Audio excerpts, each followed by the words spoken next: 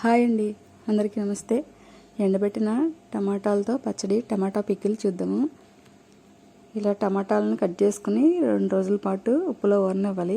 కొంచెం పసుపు, ఉప్పు వేసుకుని ఇలా 2 రోజులు మగ్గిన తర్వాత ఇలా ఎండలో పెట్టుకోవాలి. పచ్చడి అంతా మొత్తం అంతా తయారైన తర్వాత ఇలా ఉంటుంది.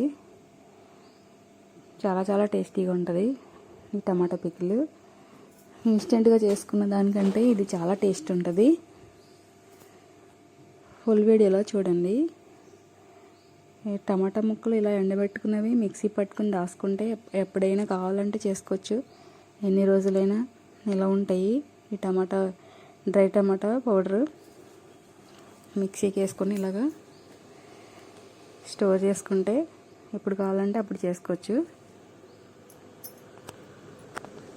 ఎంతో టేస్టీగా ఉండే టమాటా పికిల్, డ్రై టమాటా చాలా చాలా టేస్టీగా ఉంటుంది.